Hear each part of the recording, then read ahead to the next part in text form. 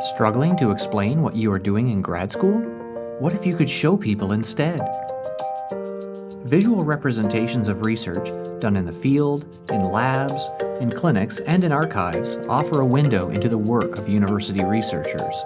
We use data visualization of all kinds to quickly convey the essence of complex ideas, and we do it across disciplines, in presentations, posters, professional websites, or even in pitches to funders.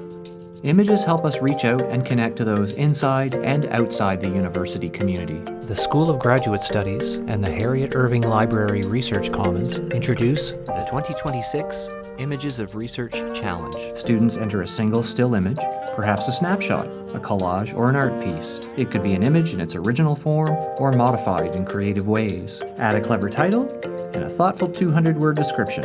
Show us what graduate research at UNB looks like.